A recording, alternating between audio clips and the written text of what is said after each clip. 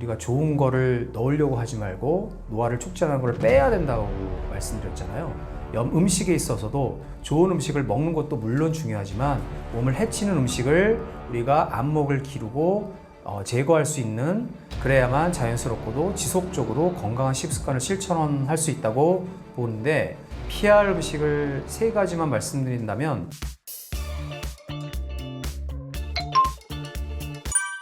내 몸의 염증을 높이는 최악의 음식은 무엇인가요? 저는 아까 혈액에서도 말했다시피 우리가 좋은 거를 넣으려고 하지 말고 노화를 촉진하는 걸 빼야 된다고 말씀드렸잖아요. 음식에 있어서도 좋은 음식을 먹는 것도 물론 중요하지만 몸을 해치는 음식을 우리가 안목을 기르고 제거할 수 있는, 그래야만 자연스럽고도 지속적으로 건강한 식습관을 실천할 수 있다고 보는데, 피할 음식을 3가지만 말씀드린다면 정제당이죠. 정제당, 설탕, 음료 속에 있는 과당, 그다음에 초가공식품, 성분표가 복잡한 음식, 그리고 튀긴 음식 중에서 기름 오래 쓴 것, 이런 것들은 염증을 불러일으키는 나쁜 음식이라고 봅니다. 그래서 예를 들면 감자 같은 경우에도 요리를 어떻게 하느냐에 따라서 좋게도 되고 나쁘게 되는데, 쪄먹거나 구워 먹는 건 괜찮은데 프렌치 프라이 같은 경우에는 저는 좀 혈당 건강에 아주 안 좋다는 것은 잘 알려져 있습니다. 쥐에게 29주 동안 초가공식품 먹였더니 어떤 일이 일어났나요? 초가공식품을 먹은 쥐들이 내장 지방이 늘고 대사 이상이 생길 뿐만 아니라 뇌 신경계 속에서 이제 세로토닌이라는 그 수용체가 떨어지게 됩니다. 그러니까 세로토닌의 작용이 약화되는 거고, 이 얘기는 식욕 조절이 잘 안 돼서 더 계속 그 식탐이 생기게 하는 악순환이 이어지게 되는 겁니다. 초가공식품에 정제당을 먹게 되거나 이러면 대사 기능에 장애를 초래할 가능성이 높기 때문에, 그리고 이렇게 먹게 되면 계속 식탐이 생기게 될 가능성이 높다는 거죠. 의사에게 돈 쓰지 말고 농부에게 돈을 쓰세요라는 말은 어떤 의미인가요? 농부는 좋은 식재료를 주는 사람이고요. 그리고 의사에게 쓴다는 거는 이제 의사뿐만 아니라 약값으로 많이 지출하게 되니까, 편리함의 초가공식품을 고르지 말고 좋은 재료를 골라서 재료가 보이는 건강한 방식으로 요리를 하게 되면 이것은 지출이 아니라 선불 건강보험처럼 건강해질 수 있다, 이런 뜻입니다. 나물 어떻게 먹어야 건강할까요? 우리가 사실은 샐러드를 먹게 된 게 사실 오래 안 됐거든요. 우리 전통 한식에서 보면 되게 데쳐 먹는 게 많은데, 데쳐 먹게 되면은 여러 가지 항영양소라는 게 있거든요. 옥살산, 렉틴 같은 게 있는데, 이런 것들을 조금 덜어낼 수도 있고, 그리고 우리 섬유소도 부드러워져서 소화도 잘 되는 거죠. 거기다가 소금, 된장으로 무치고 참기름이나 들기름 같은 좋은 지방을 곁들이게 되면 흡수율과 맛, 2마리 토끼를 다 잡을 수 있는 그런 좋은 조리법이라고 보입니다. 피로와 노화를 멈추는 4단계 루틴은 무엇인가요? 첫 번째는 내가 왜 건강해지고 싶은가에 대해서 생각을 해야 됩니다. 그래서 건강해져야 될 목적이 분명하면 우리가 목표라는 것을 계속해서 지속할 수가 있고요. 2번째로는 지표를 확인해야 되는데, 여기에는 혈액 검사와 체성분 검사로 내 몸의 현재 위치를 알고 우리가 어디를 가야 되겠다는 그런 그 목적지를 알아야 되고, 3번째로는 이제 식단 중에서 아까 말씀드린 소단직해, 그 중에서 내게 맞는 걸 찾으셔야 돼요. 어떤 게 우주적으로 다 맞는 게 아니라 나한테 맞는 걸 찾아야 되고, 그다음에 근육은 평생 자산입니다. 아무리 돈이 많은 사람이 부럽다 하더라도 근육이 많아서 건강한 사람을 따라올 수가 없습니다. 그리고 이제 질병이 생기게 되면 우리가 아까 말씀드렸다시피 우울증, 심혈관계 질환, 뭐 여러 가지 각 과별로 증상이 생기지만, 이 증상을 부위별로 땜질하는 것이 아니라 전신적으로 관리하려는 마인드를 가지시는 게 중요합니다. 기억에 남는 환자가 있으신가요? 면역 치료를 하게 되면 우리 이제 가장 대표적인 현대인의 질환 중에 하나가 비알코올성 지방간이거든요.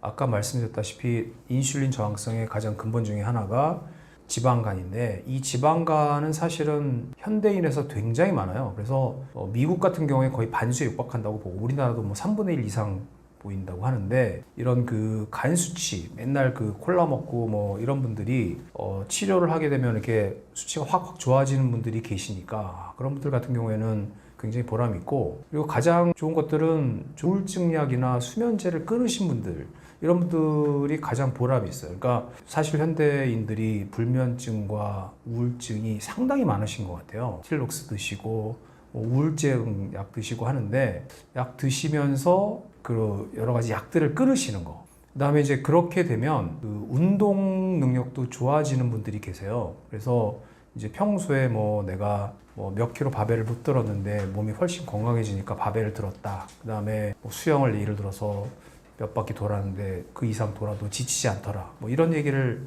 간혹 가다가 해주십니다.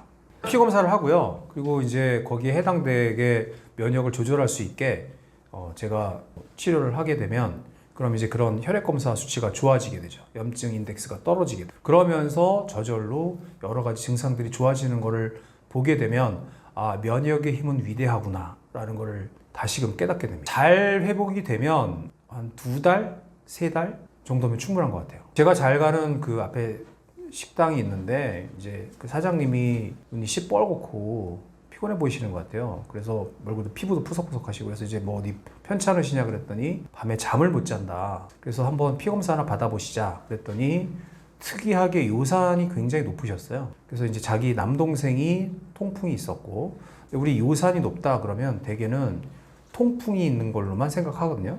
근데 이제 요산은 아까도 말씀드린 것처럼 미토의 그런 그 기능을 간접적으로 평가할 수 있는데 그리고 페리틴도 높으셨고 그래서 이제 치료를 받으셨더니 한 2달, 3달 정도 지나니까 요새는 잠이 너무 와서 미치겠다 이러시더라고요. 그래서 뭐 그런 것들 그리고 상당히 우울증 약 끊으신 분들은 너무 많고요. 그래서 이게 확실히 이제 염증 마커가 떨어지면 확실히 무드가 좋아지는구나. 확실히 연관이 있구나. 체내 염증이 폭발하면 나타나는 증상이 있나요? 가장 저는 이 음식이 중요하다는 거는 언제 깨달았냐면 제가 20살 때 깨달았어요. 피부과에서 되기 전에. 그래서 이제 의예과에 다니고 있는데 제가 당시에는 여드름 범벅이었거든요. 근데 제가 템플스테이를 2달 했어요. 송광사에 가서 템플스테이를 했는데 15일 만에 여드름이 싹 없어지는 거예요. 그리고 나서 이제 2달 동안 깨끗하게 지내다가 다시 속세에 나오니까 15일 만에 여드름이 그대로 원상복구가 되는 거예요. 그래서 저는 그걸 알았는데 사실은 제가 피부과 전문의 시험을 볼 때에도 피부과 교과서에는 뭐라고 돼 있었냐면 여드름은 음식과 관련이 없다라고 교과서에 써 있었어요. 그래서 피부과 전문의 시험을 보는데 여드름은 음식과 관계가 있습니다 라고 치면 틀렸어요. 근데 그 이후에 이론이 변해서 여드름과 음식은 굉장히 밀접한 관련이 있어요. 그리고 저는 그래서 이제 밀가루 음식, 단 음식, 기름진 음식, 초콜릿은 특히 피하셔라라고 하면서 특히 이제 탄산음료 이런 걸 줄이라고 하면 그 레벨이 확실히 떨어지죠. 뭐 그런 여러 가지 사례는 굉장히 많은 것 같아요. 염증은 그러니까 내부적으로 나타나지만 이제 저는 피부과 의사니까 밖으로 보이는 피부에도 상당히 많은 그런 증상들이 나타나고요. 그래서 그 여러 가지 염증성 질환 중에서 여드름도 있지만 원형 탈모증 같은 것도 굉장히 관계가 많은 것 같아요. 그래서 이제 염증 조절을 하게 되면 원형 탈모증 같은 경우에도 좋아져요. 원형 탈모증이 뭐냐면 이제 자가 면역 질환 중에 하나인데 이제 아주 경증 같은 경우는 이렇게 동전만큼 이렇게 구멍이 뚫려서 탈모가 생기는 거지만 심하면 전신적으로 번지거든요. 근데 그런 경우에도 이건 분명히 내부적인 염증과 연관이 있어요. 그런 그 내부적인 치료를 하지 않으면 안 된다. 밖으로 보이는 것도 중요하지만 내가 그걸로 스트레스를 받는다 그러면 그거는 굉장히 중요하다고 생각해요. 내가 어떻게 느끼냐 이거 중요하지 않다고 생각하면 괜찮은데 이제 요새 하도 그 사람들이 그런 얘기를 많이 하고 그 중고등학생들도 그런 문화가 다르더라고. 옛날에는 우리는 여드름 생기는 건 당연한 거야 그랬지만 요새는 부모님들이 애를 데리고 오세요. 그러면 얘가 거울 보느라고 공부를 안 해요. 이렇게 진짜 미치겠어 뭐 이러시더라고요. 그럼 이제 저는 그러죠. 이게 얘 고민거리를 해결해 줘야 된다. 그래야 얘가 공부를 하지. 어떻게 그냥 독서실에만 넣는다 공부하겠습니까? 그래서 자기가 그걸로 스트레스를 받는다면 그게 바로 필요할 때라고 생각해요. 내 몸의 염증 수치를 알 수 있는 방법이 있나요? 여러 가지 그 기본적인 대사와 관련된 마커와 이미 알려져 있는 CRP, 고감도 CRP, ESR 뭐 이런 검사도 있고 그리고 아까 3가지 요산, 페리틴, 그다음에 호모시스테인 이런 것들의 검사가 필요하죠. 그런 염증 마커 검사를 하게 되면 최소한 6개월 정도는 해야 될 것 같고요. 사실 저는 면역 치료하기 전후로 해요. 그러면 대개 한 3달 정도 걸리거든요. 3달 정도는 봐야 이분의 어떤 염증 수치가 어떻게 조절되고 있겠구나라고 예측하고 대비할 수 있습니다. 구독자분들께 해주고 싶은 말씀이 있으신가요? 세월의 흐름은 막을 수 없지만 염증이 스며드는 것은 막을 수 있습니다. 혈액력을 높이고 미토님의 심기를 건드리지 않는 것, 그것이 바로 탈노화의 핵심입니다. 저는 의사이자 역시 노화의 길을 걷고 있는 환자일 수도 있는데요. 저 역시 같은 기차를 타고 있습니다. 면역의 힘으로 염증 노화를 벗어나서 행복감을 느껴보게 되면 그걸 잊을 수가 없습니다. 이제 당신은 어떤 노선의 열차를 타시겠습니까? 염증 노화가 시작됐을 때 몸에서 보내는 신호가 있나요? 대표적으로는 만성피로, 수면장애, 무기력, 집중력 저하 등의 증상들이 개선이 되는데요. 우리가 말하는 만성피로는 피로해서 일을 열심히 하거나 과로해서 하는 그런 만성피로를 말하는 게 아니고 만성피로 증후군이라는 게 있습니다. 이 만성피로 증후군이라는 것은 6개월 이상이 되며 회복이 굉장히 어려운 질환이거든요. 이런 것들은 이제 염증 마커도 굉장히 올라가 있고 그다음에 굉장히 고생을 하시는 분이 있어요. 그리고 수면장애 같은 경우에도 우리가 수면장애 그러면 여러 가지 정신적인 요인, 스트레스 같은 것도 있지만 염증 마커가 높아서 우리 몸이 염증 상태에 있을 때도 불면증이 올 수 있습니다. 그리고 집중력 저하는 영어로는 brain fog라고 하는데 쉽게 말하면 뇌에 안개가 낀 것처럼 뿌연 거예요. 그래서 머리도 잘 안 돌아가고 생각도 잘 안 나고 이런 것들이 대표적인 증상입니다. 질병의 핵심은 염증인가요? 그렇죠. 고혈압, 당뇨, 우울증, 치매, 심혈관 질환 모두 이 만성염증으로 촉발된 질환이라고 볼 수 있습니다. 제가 계속 이 책에서도 말씀드리지만 중심 명제 중 하나는 이 여러 다른 질병들이 다 따로따로 있는 게 아니라 염증 노화라는 뿌리를 함께 봐야 된다는 메시지를 담고 있습니다. 근간에는 만성염증이 있기 때문에 내 몸의 만성염증을 컨트롤하기 위해서 뭔가의 액션을 취하는 게 중요하고, 그러려면 미토콘드리아가 이 만성염증을 일으키니까 우리 몸의 숨은 지배자 미토님의 심기를 건드리면 안 되죠. 그래서 미토님이 건강하게 할 수 있는 거를 말씀드릴 겁니다. 일단 자각 증상이 없어요. 그래서 조용한 불씨로 작용하면서 세포와 장기가 천천히 손상된다는 게 가장 무서운 것이죠. 그래서 이제 이러다가 어느 날 갑자기 이제 질병이 생기는 거죠. 그래서 아까 말씀드렸다시피 기억력 저하, 우울증, 심혈관 질환, 치매 이런 것들이 다 연관이 없어 보이지만 그 근간에는 뿌리가 하나라는 게 그게 가장 무서운 점이라고 보입니다. 그래서 구체적으로 말씀을 드리면 연구 결과로는 우리 기억력이 떨어지게 되고요. 그리고 우울증과 같은 그런 우리의 무드가 우울감이 깊어지는 거, 그 다음에 심혈관 질환이 생긴다는 거, 그리고 수명이 단축된다는 거. 그래서 만성염증은 어떻게 보면 소리 없는 암살자라고 볼 수 있습니다. 그래서 오늘 조기 진압하면 내일의 기억력, 기분, 심장, 수명, 혈관을 지킬 수 있습니다. 최근 연구 결과에 따르면 기억력이 떨어지게 되는데, 기억력이 떨어질 때 한 20년 정도의 기간에 걸쳐서 평균 한 부피가, 뇌의 부피가 5% 정도 줄어든다고 연구 결과가 나와 있고요. 그리고 기분 같은 경우에는 염증 마커가 올라가게 되면 우울증이 더 깊어진다는 것은 너무나 잘 알려져 있는 사실이고, 그다음에 염증 단백질, 우리 CRP, C 반응성 단백질이 높은 여성은 심혈관 위험이 70% 이상 더 높다고 되어 있습니다. 그리고 동물 실험에서 단백질 중에 하나인 인터루킨 11이 차단됐더니, 이게 염증 마커거든요. 근데 이거를 차단했더니 수명이 25% 증가했다는 연구 결과가 있습니다. 환자들의 염증 수치를 측정하면서 드는 생각이 있으신가요? 우리가 일반적으로 많이 측정하는 수치는 공복 혈당, 공복 인슐린, 그다음에 콜레스테롤, 간 염증 수치 이런 건 다 기본적으로 하는 것들이고요. 그다음에 특별히 제가 많이 보는 것이 이제 호모시스테인, 페리틴, 그다음에 요산을 많이 보거든요. 이 세 가지는 사실은 미토콘드리아의 기능을 간접적으로 보여주는 그런 지표고요. 그 중에서 저는 페리틴을 가장 중요시 보는데, 우리가 페리틴 그러면 사실은 이제 떨어져 있으면 혹시 빈혈이 있는 거 아니냐, 높은 게 좋은 거 아니냐라고 생각을 하는데, 이제 페리틴이 왜 중요하냐면 우리가 우리 몸속에 있는 여러 가지 금속 이온들이 있잖아요. 나트륨, 칼륨, 마그네슘 이런 것들, 여러 칼슘 이런 것들이 있는데, 이런 것들은 다 유리된 상태로 존재하거든요. 근데 우리 몸 속에 있는 이가 철 이온과 삼가 철 이온, 페릭 아연과 페러스 아연은 이외에는 페리틴으로 둘러싸여 있는 거예요. 왜 그러냐면 얘네들은 계속해서 전자를 주고받으면서 우리 몸속을 굉장히 그 산화 스트레스를 많이 주는 거예요. 그래서 어떤 분은 데니스 망간이라는 분은 이분을 이 철 이온을 뭐라고 비유를 했냐면 파티에 가면은 이렇게 막 분위기 깨는 사람 있죠. 막 술 먹고 난동 피는 사람. 그런 사람이다라고 표현할 정도로 이 철 이온이 많으면 많을수록 우리 몸속에 염증 스트레스를 주거든요.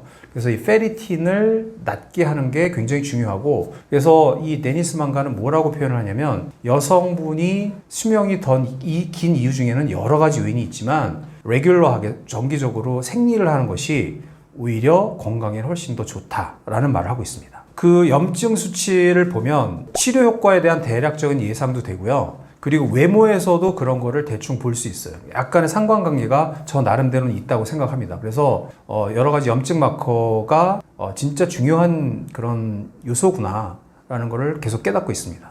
그래서 계산을 해보면 실제로 내 나이가 50이라고 해도 염증 인덱스로 따지면 한 55세인 사람도 계시고요. 훨씬 더 젊은 분도 계세요. 45세, 심지어 40세까지 나온 분도 계시거든요. 그래서 이게 뭐 정확한 생체 나이의 예측에 있어서 어느 정도 예측력이 있구나라고 판단합니다. 개인차가 많죠. 워낙 다양하죠. 높은 분도 많고 낮은 분도 많고. 근데 이제 활기차게 막 활동을 많이 하시는 분들은 낮은 분들이 많고요. 조금 활력이 떨어져 있는 분들은 높은 분이 많은 것 같아요. 그건 개인차가 너무 많습니다. 만성염증을 만드는 최악의 요소들은 어떤 것이 있을까요? 우리 현대인을 편리하게 만든 것들이 다 이 만성염증을 유발하는데요. 첫 번째로는 운동 부족이고요. 두 번째로는 식단의 변화죠. 그래서 식이섬유가 프리바이오틱스가 적어진 식단과 초가공식품과 정제당, 술이 많이 먹게 되는 거. 그다음에 장내 미생물의 불균형. 그래서 장이 헐거워져서 내독소가 자꾸 혈액 속으로 유입돼서 필요 없는 염증이 생기는 거. 그리고 여러 가지 화학 물질에 노출되고 있습니다. 뭐 잘 아시다시피 환경 호르몬, 그다음에 여러 가지 산업적인 화학 물질, 미세먼지, 특히 담배 이런 것들이 우리 몸을 계속해서 염증을 유발시키고요. 마지막으로 다섯 번째가 인공 조명인데 이 인공 조명 중에서도 밤에도 굉장히 밝잖아요. 그리고 또 우리 블루라이트 많이 노출되잖아요. 이런 것 때문에 생체 시계가 교란되죠. 그래서 저는 불편하게 살자는 뜻이 아니라 우리 몸을 편하게 만들어줘서 잃어버렸던 우리 기능을 찾아야 되지 않느냐 이렇게 생각합니다. 이제 우리가 운동을 하게 되면 이제 마이오카인이라는 게 나오고요. 그 마이오카인이 나오게 되면 이제 뇌도 맑게 하는 효과가 있고, 그리고 염증에 대해서도 긍정적인 효과를 미칩니다. 예를 들어서 계단을 오락내락 하게 되면 우리 근육에서는 마이오카인이라는 물질이 나오고요. 이 마이오카인은 우리의 뇌도 맑게 할 뿐만 아니라 염증도 떨어뜨리는 그런 좋은 효과가 있습니다. 그래서 우리가 규칙적으로 운동을 할 수 있는 그런 발판을 만드는 게 중요합니다. 염증 낮추는 건강한 식사 어떻게 해야 할까요? 건강한 재료로 건강한 조리법으로 한 음식이 저는 건강에 좋다고 생각을 하는데, 여기서는 가공식품, 특히 초가공식품과 정제된 당을 줄인 식단이 중요하다고 생각합니다. 그리고 충분한 단백질과 건강한 지방으로 잘 조리하는 게 중요한데, 이 중에서 이제 초가공식품이라고 하면 우리 간단해요. 그냥 화려한 포장지에 성분표가 복잡하면 초가공식품일 가능성이 높으니까 편리함을 위해서 그런 초가공식품보다는 건강한 재료를 직접 사서 건강 방법으로 해서 재료가 보이게 먹는 것, 이게 저는 건강하다고 봅니다.